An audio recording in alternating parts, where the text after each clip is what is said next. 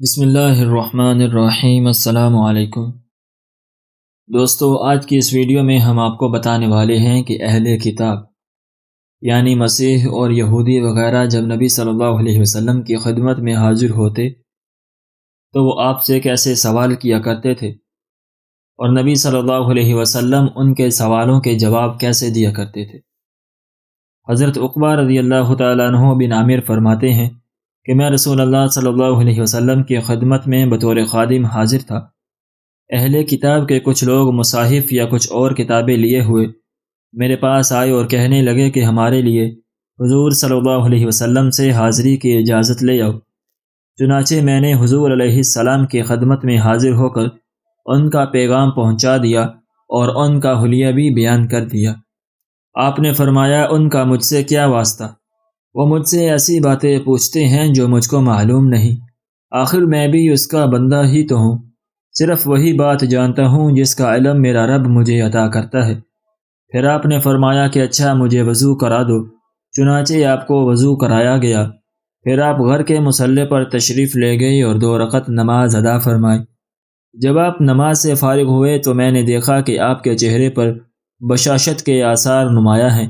پھر آپ نے مجھ سے فرمایا کہ ان لوگوں کو میرے پاس بلا لاؤ اور میرے صحابہ میں سے جو اس وقت موجود ہوں ان کو بھی بلا لاؤ۔ چنانچہ میں سب کو خدمت اقدس میں بلا لایا۔ جب اہل کتاب حضور صلی اللہ علیہ وسلم کی خدمت میں پیش کیے گئے تو آپ نے فرمایا، جو کچھ تم مجھ سے پوچھنا چاہتے ہو اگر تم چاہو تو میں تمہارے سوال کے بغیر تم کو بتلا دوں، اور اگر تم چاہو تو خود سوال کر لو۔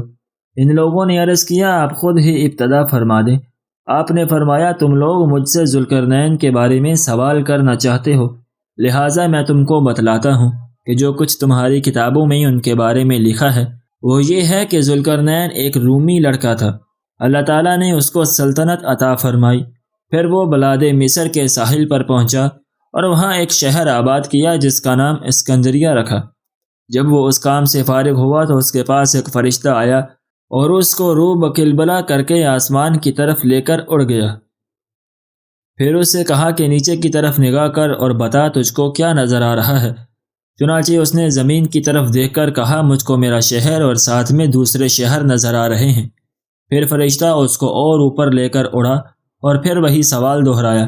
ذوالقرنین نے کہا کہ مجھ کو میرا شہر اور دیگر شہر ملے جلے نظر آ رہے ہیں، میں اپنے شہر کی شناخت نہیں کر سکتا۔ پھر فرشتہ اس کو اور اوپر لے گیا اور کہا کہ اب دیکھ کیا نظر آ رہا ہے۔ اس نے جواب دیا کہ اب تو مجھ کو تنہا اپنا شہر نظر آ رہا ہے۔ فرشتے نے کہا کہ یہ سب اور جو کچھ اس کے چاروں طرف ہے وہ سمندر ہے، اللہ تعالیٰ نے تجھ کو اس کا سلطان مقرر کیا ہے۔ اس کے بعد ذوالقرنین نے دنیا کا سفر اختیار کیا اور چلتے چلتے وہ مغرب الشمس، آفتاب غروب ہونے کی جگہ پر پہنچ گیا، اور پھر وہاں سے چل کر مطلع الشمس یعنی پورب کی طرف جا پہنچا۔ وہاں سے چل کر سدین یعنی 2 دیواروں پر پہنچا جو 2 پہاڑ تھے اور اتنے نرم تھے کہ جو چیز ان سے مس کرتی وہ ان سے چپک جاتی۔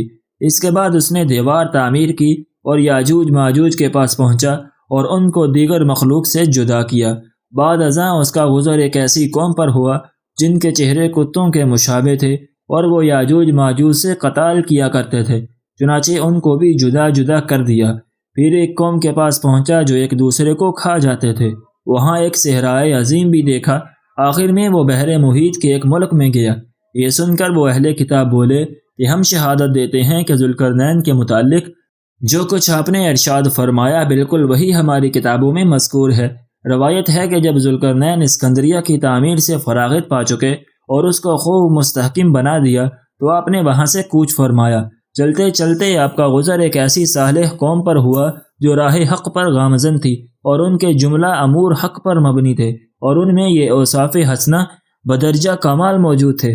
روزمرہ کے امور میں عدل اور ہر چیز کی مساوی تقسیم، انصاف کے ساتھ فیصلہ کرنا، آپس میں صلہ رحمی، حال و قال ایک، ان کی قبریں ان کے دروازوں کے سامنے، ان کے دروازے غیر مقفل، نہ ان کا کوئی امیر و قاضی، نہ آپ میں امتیازی سلوک، نہ کسی قسم کی لڑائی جھگڑا، نہ گالی گلوچ اور نہ کہکہ بازی، نہ رنج و غم، آفات سماویہ سے محفوظ عمریں داراز، نہ ان میں کوئی مسکین نہ فقیر۔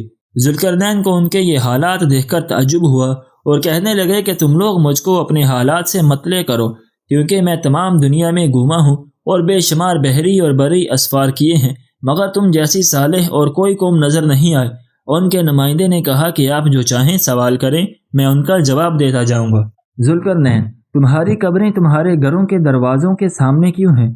نمائندہ: اے قوم، ایسا ہم نے عمدن اس لیے کیا ہے تاکہ ہم موت کو نہ بھول جائیں، بلکہ اس کی یاد ہمارے دلوں میں باقی رہے۔